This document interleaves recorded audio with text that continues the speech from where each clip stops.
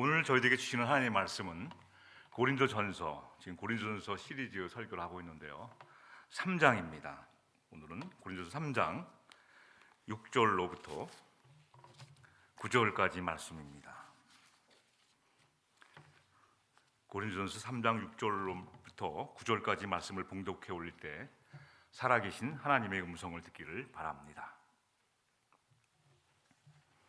나는 심었고 아볼로는 물을 주었으되 오직 하나님께서 자라나게 하셨나니 그런즉 심는 이나 물 주는 이는 아무것도 아니로되 오직 자라나게 하시는 이는 하나님뿐이니라. 심는 이와 물 주는 이는 한 가지이나 각각 자기가 일한 대로 자기 상을 받으리라. 우리는 하나님의 동역자들이요 너희는 하나님의 밭이요 하나님의 집이니라. 아멘.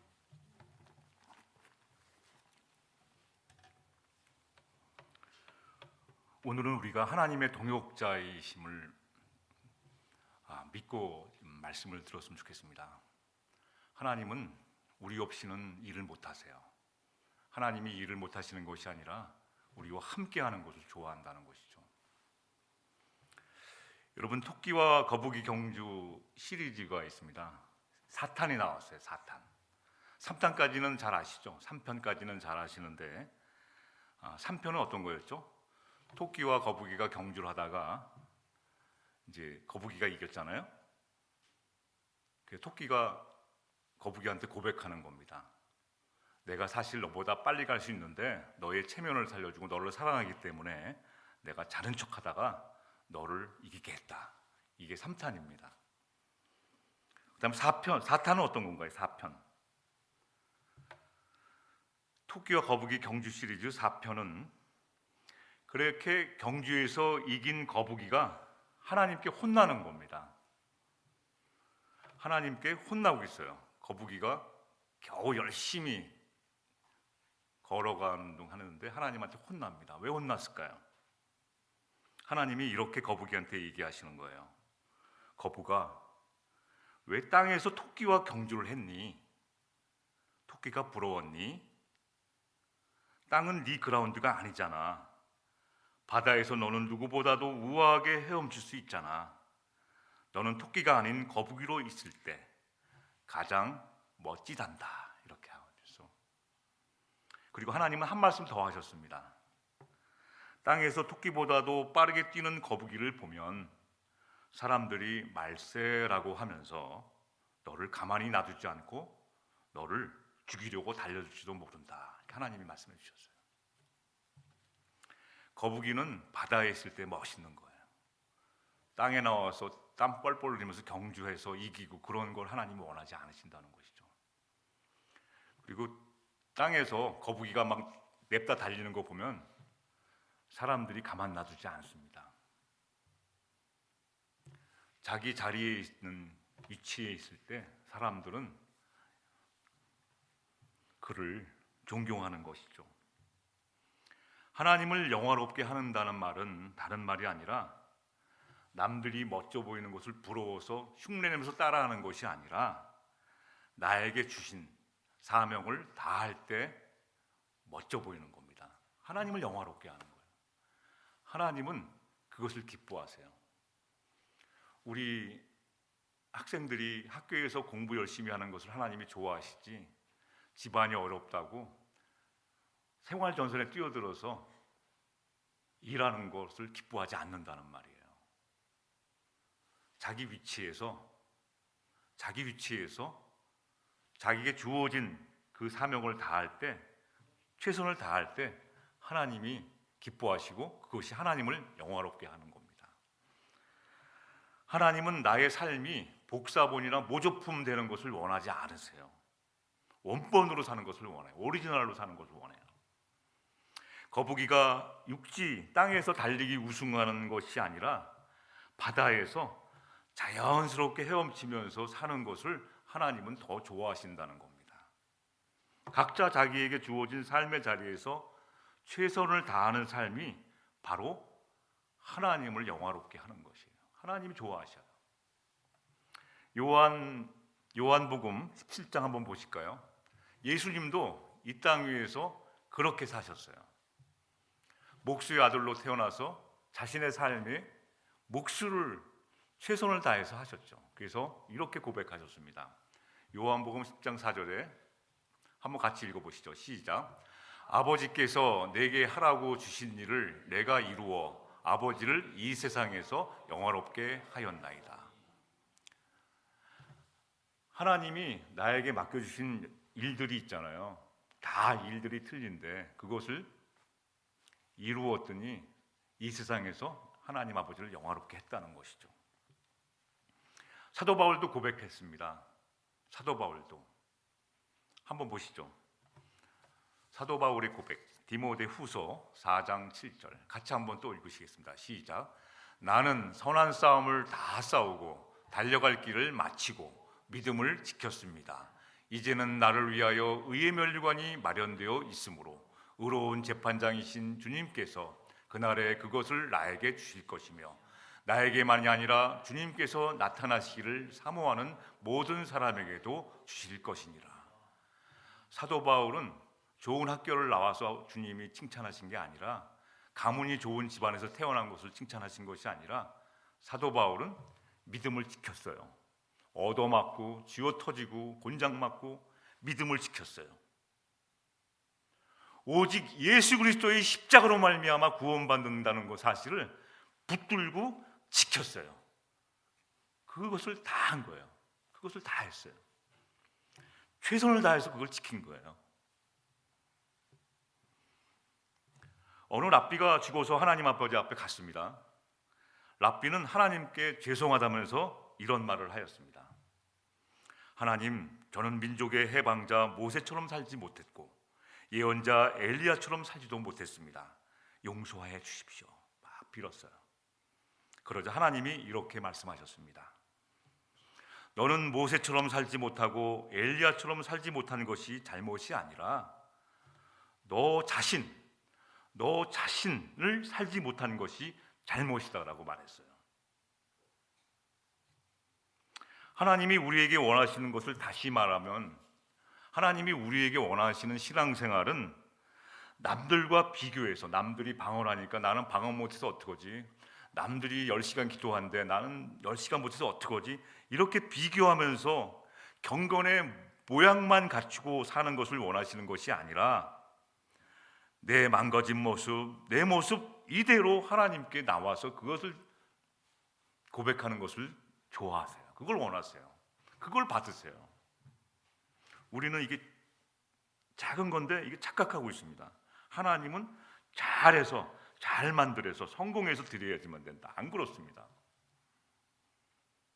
내 모습 이대로 드리는 거, 그걸 기뻐 받으세요. 모세처럼 살지 못했고 바울처럼 살지 못해도 나의 믿음을 가진 그 작은 믿음을 하나님 아버지 앞에 흔들리는 믿음, 그것을 그대로 가지고 드리는 것을 하나님이 원하신다는 것이죠.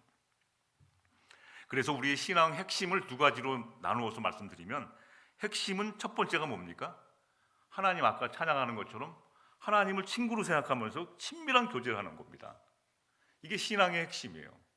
하나님이 너무 무서워서 멀리 피하고 하나님한테 말도 못 붙이고 하나님 앞에 나의 아픔을 얘기도 못하고 멀리서 바라보는 그러한 신앙이 아니라 하나님께 친구처럼 친밀한 관계를 맺는 거예요. 어려울 때면 다 얘기하고, 오늘 친구가 날 놀려서 나 속상해요. 하나님, 친구가 나보러 못생겼대요. 하나님이 걸작품을 왜 못생겼다 하는지 모르겠어요. 그대로 교제하는 겁니다. 이게 신앙생활의 핵심입니다. 두 번째는 뭐예요? 신앙생활의 핵심은 두 번째가 하나님과 함께 일하는 겁니다. 함께, 나에게 주어진 자리에서 나 혼자 하는 것이 아니라 하나님과 함께 땀 흘리자는 거예요. 이게 신앙생활의 핵심입니다. 근데 이 신앙생활의 핵심을 모르고 자꾸 다른 곳에서 신앙을 찾으려고 하니까 너무 힘든 거예요. 이 고린도 교회 교인들이 교회를 개척했어요. 바울이 개척했지 않습니까? 근데 바울이 교회를 개척했는데 말이 좀 어눌해요. 무슨 말 하는지 못 알아듣는 거야, 사람들이.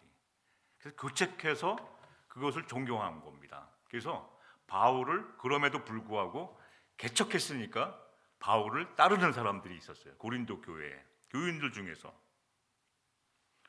또 다른 교인들은 현직 목회자죠. 아볼로라는 목회자를 좋아했어요. 아볼로는 아주 말을 잘합니다. 설교를 너무 잘하는 거예요. 그래서 아볼로를 추종하는 사람도 있어요. 같은 교회 안에서.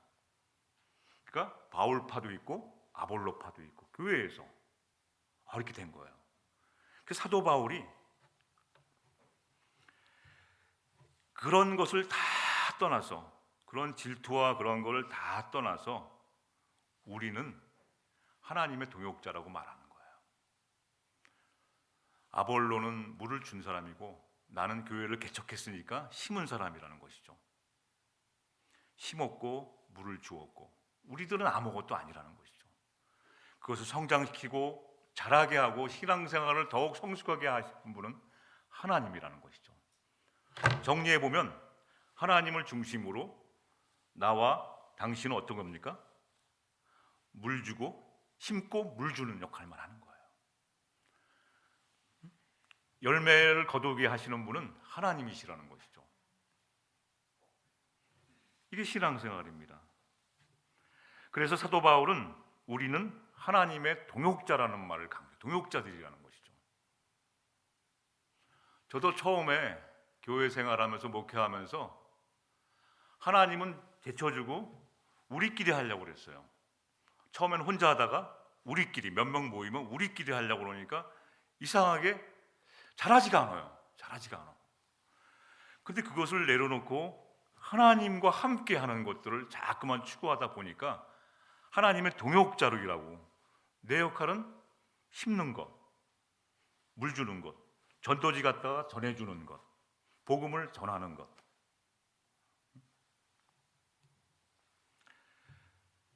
자라게 하시고 열매 맺고 신앙생활을 정착하게 하고 교회를 잘 정해서 잘 정착하게 하시는 분은 하나님이 해주셔야 된다는 거예요. 오늘도 하나님, 많은 분들이 여행 가셔서 교회가 썰렁할 텐데 어떻게 합니까? 걱정했어요. 그때 하나님이 저에게 또 위로의 말씀을 주셨어요.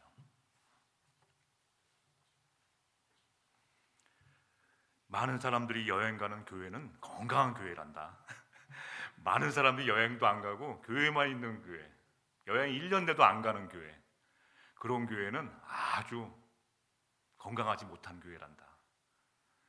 그래서 여러분 여행을 좀 다니시라고 했더니 너무 많이 가셨어요. 이번에 여행 가고 그런 교회 건강한 교회입니다. 쉬고 여행 가고 즐기고 하나님이 주신 이 온 세상을 돌아다니면서 구경하고 저는 적극적인 추천합니다. 이왕이면 주의를 좀 지키면서 가면 더 좋지만 이렇게 좋습니다. 사도 바울은 우리는 하나님의 동역자라고 말해요. 동역자라는 것은 원어에 보니까 뜻이 함께 일하는 동료예요. 파트너. 하나님을 섬기는 데 있어서 협력자라는 것이죠. 같이 하는 사람들. 상하관계가 아니라 계급이 있어요. 높은 사람, 낮은 사람이 아니라 이 수평선, 같이 있는 거예요. 오직 하나님과 같은 선상에 있는 거예요. 하나님이 저와 여러분들을 같은 친구로, 같은 선상에 놓은 거예요. 높은 데에 놓으신 게 아니라 같이 손에 손잡고 일하자는 겁니다. 이게 하나님의 동역자라는 뜻이에요. 하나님은 말씀을 통하여 역사하십니다. 하나님은 일하시는 방법이 말씀을 통해서 일하세요. 이것을 성령이 해주십니다. 말씀이 여러분의 마음속에 박힐 수 있도록 성령이 하세요. 이게 하나님의 일하시는 방법이에요. 근데 이 말씀을 누가 전달해 줍니까? 사람, 저와 여러분들이 하셔야 돼요. 그래서 하나님의 말씀을 전달하는 사람이 필요하다는 거예요. 하나님은 이미 말씀하셨습니다. 근데 이걸 전달해 줄 사람이 필요하다는 것이죠.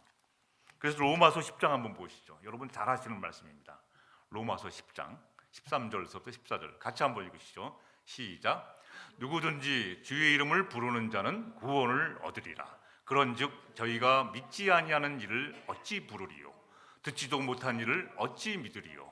전파하는 자가 없이 어찌 들으리요? 한 번도 하나님 말씀 들어본 적이 없어요. 근데 누가 전해야 돼요? 하나님이 스피커로 하늘에서 말씀을 전하는 게 아니라 저와 여러분이 동역자가 되어서 하나님의 말씀을 딜리버리 해주셔야 돼요. 딜리버리. 저도 지금 말씀을 딜리버리 하고 있는 겁니다, 여러분들에게.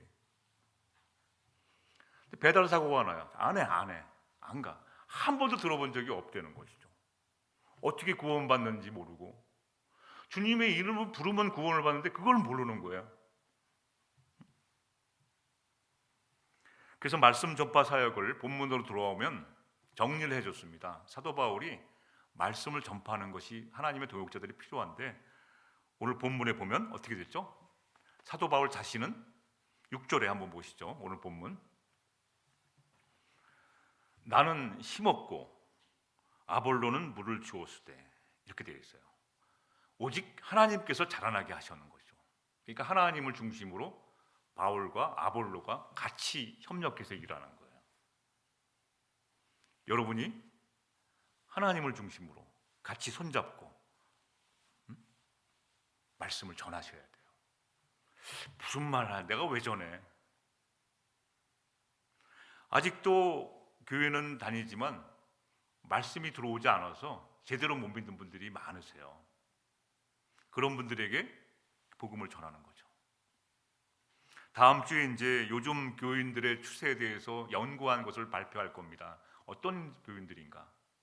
요즘은 교회를 안 나오고도 나는 크리스찬임을 강조하는 분이 있어요. 옛날에는 가나안 교인이어갖고 절대 교회 안 나가시는 분인데, 교회에서 이렇게 생활하다가 마음의 상처를 받으면 그냥 교회 안 나가는 가나안 교인들이 있는데, 요즘은 바뀌었어요, 추세가. 안 나가도 자기가 원하는 방식으로 예배 드리고 자기가 원하는 방식으로 다 집에 앉아서 드리고, 나는 하나님의 자녀다, 하나님의 동역자다, 이렇게 생각하는 분들이 많아요. 이러한 세상에서 하나님은 우리에게 동역자를 찾으시는 거예요. 말씀을 전하는 거. 심었고 물을 주고 그런 사람을 찾는 거죠. 7절에 보면 심는 사람이나 물 주는 사람은 아무것도 아니라는 것이죠. 앞에서 말씀드린 하나님을 영화롭게 하는 것은 나의 삶의 자리에서 열심히 심고 열심히 물을 주는 것이 하나님을 영화롭게 하는 거라고 말씀드렸지 않습니까? 빵 만드는 공장에서 밀가루 반죽해야지만, 밀가루 반죽해서 굽는 사람에게 넘겨줘야지만 빵을 만들어요. 근데 밀가루 반죽하는 사람이 자기가 다 하려고 막 빵 굽고 포장하고 그런 거 다 나눠서 하는 거예요. 굽는 조, 포장하는 조, 판매하는 조 다 나눠줘서 빵을 전달하는 거 아닙니까? 각자 자기 일한 대로 상을 받는다고 되어 있어요. 8절에 한번 보시죠. 심는 이와 물 주는 이는 한 가지이나 각각 자기가 일한 대로 자기 상을 다 받게끔 되어 있어요. 너는 저거 했으니까 더 많이 주고, 너는 이거 했으니까 더 큰 일 주고, 그것이 아니라 하나님의 나라에 하나님의 법칙은 각자 맡은 것, 각자 맡은 것, 아무것도 아닌 것 같은데도 다 자기 상을 받으리라는 것이죠. 원래 성경에는 몇 장 그런 것이 없었습니다. 근데 몇 장 몇 절이 없었어요. 그런데 1205년에 스티브 랭턴이라는 사람이 이 장을 만드는 거예요. 성경에 창세기 몇 장, 고린도전서 몇 장 이렇게 만든 것이죠. 하나님은 말씀하셨고 이 사람이 성경을 읽다가 장으로 만들어야겠다, 한 장, 두 장을 만들어 갖고 몇 장 몇 장으로 만든 거예요.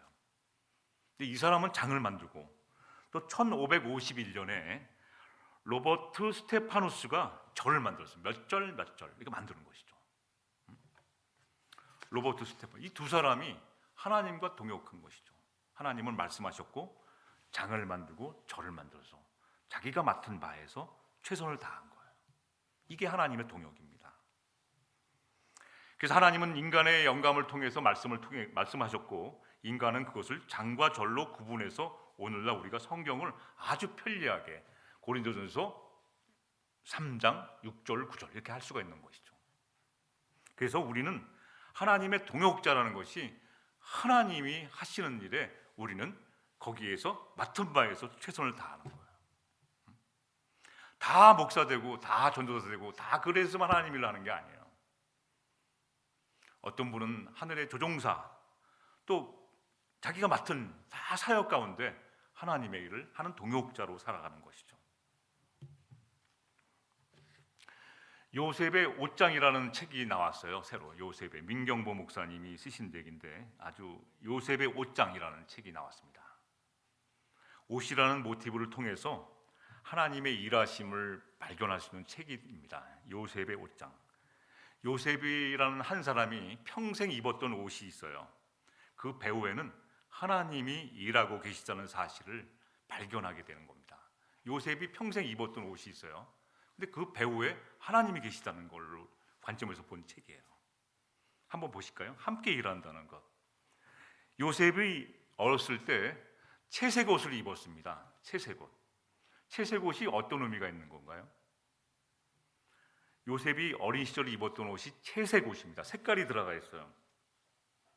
이 채색 옷을 입었다는 것은 아버지인 야곱이 형제 중에서 요셉만 특별히 애지중지 편애했다는 거예요. 그만 더 사랑했다는 뜻이에요. 그 상징적인 옷이 채색 옷입니다. 채색 옷이에요.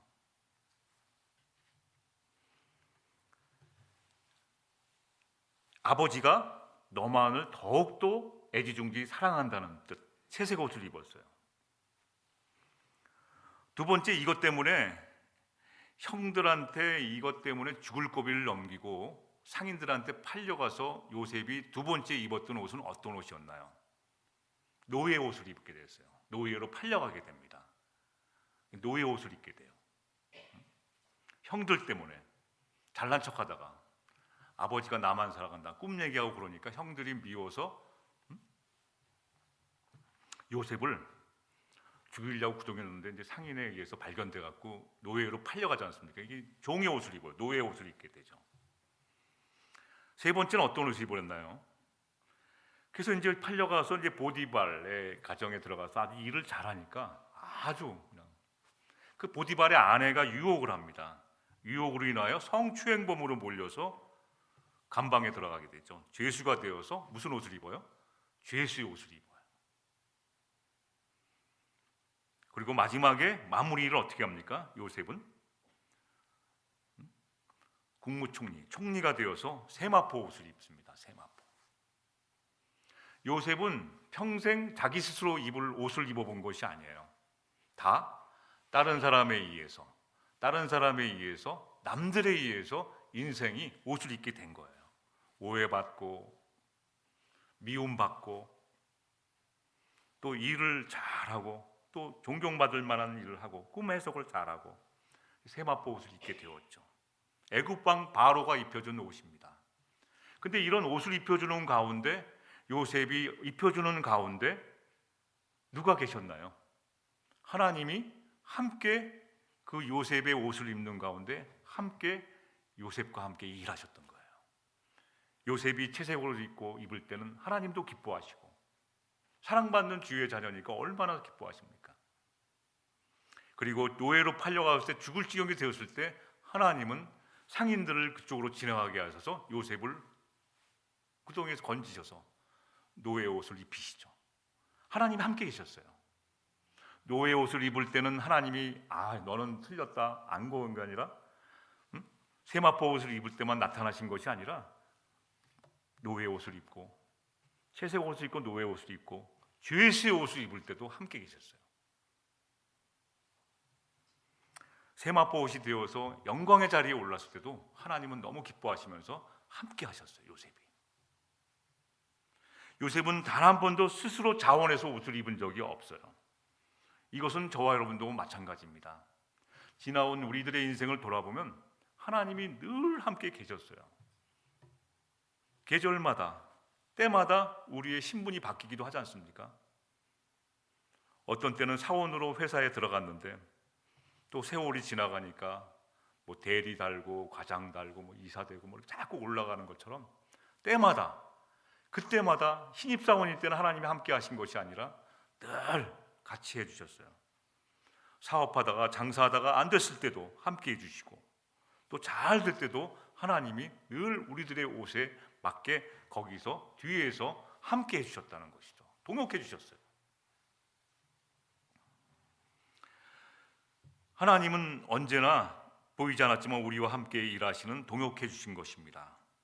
하나님은 요셉을 영적으로 성장시킬 때마다 그에게 입혀 주었던 것은 옷이 아니라 사랑과 은혜를 입혀 주신 것이죠. 사랑과 은혜의 상징이 바로 그 옷이었다는 거예요. 은혜, 사랑과 은혜의 그 옷이 어떤 것인가요? 바로 십자가의 사랑이에요. 십자가에 자신을 내어주고 우리를 살리신 그 구원의 은혜, 그 놀라운 은혜, 나 같은 죄인을 살려주신 그 은혜의 옷을 입혀주신 겁니다. 근데 사람들은 이것을 잘 모르고 있죠. 그래서 에레미야 10장 21절에 보면 한번 말씀 보시죠. 에레미야 10장 21절 같이 한번 읽어보시겠습니까? 시작. 목자들은 우둔하여 여호와를 찾지 아니하므로 형통치 못하며 그 모든 양떼는 흩어졌도다.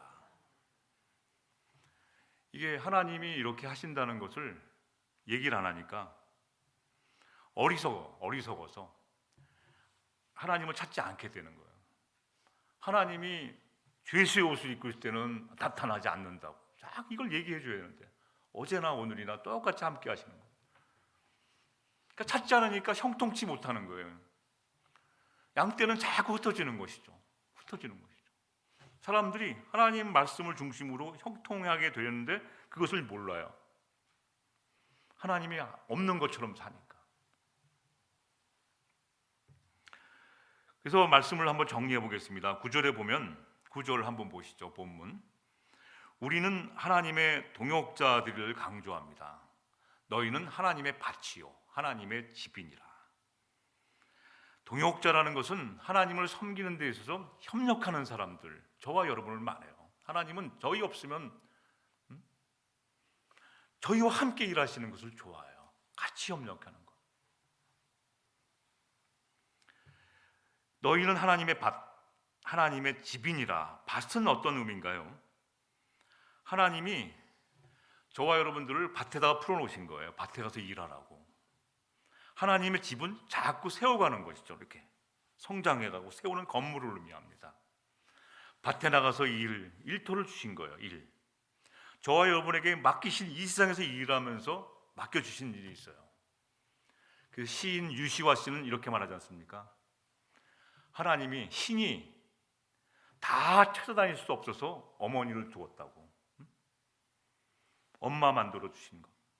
다 신이 함께하지 못하니까 그런 시를 썼지 않습니까?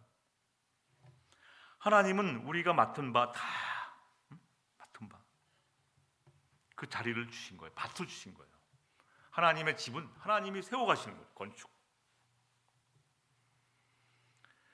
고린도 교회가 하나님의 밭과 하나님의 집으로 매우 고귀한 위험성을 가지고 있으며 사역자들도 같은 목적을 위하여 일하는 하나님의 동역자들임을 불구하고 특정 지도자 중심으로 거기에 줄을 서갖고 거길 따라가고 분파를 형성하고 무슨 파 해갖고 분쟁하고 있다는 사실을 강조하고 있어요. 이걸 모르고 하나님과 중심으로 같이 일하는 걸 모르고 사람을 중심으로 모여서 그 일을 하는 것. 정리하겠습니다. 하나님의 교회는 하나님의 밭이요 집입니다. 그러므로 우리는 하나님을 섬긴 데서 하나님의 동역자들로서 말씀 한번 보시죠. 고린도후서 6장 1절 말씀 같이 한번 읽겠습니다. 시작. 우리가 하나님과 함께 일하는 자로서 너희를 권하노니 하나님의 은혜를 헛되이 받지 말라. 하나님의 은혜가 여러분 뭡니까? 사도 바울이 앞에서 얘기했던 십자가의 도예요. 십자가도. 이 은혜를 헛되이 받지 말라는 것이죠. 그 하신 말씀처럼 하나님의 밭, 집인 교회를 통하여 많은 사람들이 예수를 잘 믿도록 해서 하나님의 뜻과 영광이 드러나도록 해야 합니다. 그 일을 하나님의 동역자인 저와 여러분이 하셔야 돼요. 우리 모두 한 마음으로 하나님의 하나 선하고 아름다운 동역자가 되어서 맡겨준 사명을 잘 감당하시기를 주님의 이름으로 축원합니다. 기도하십시다.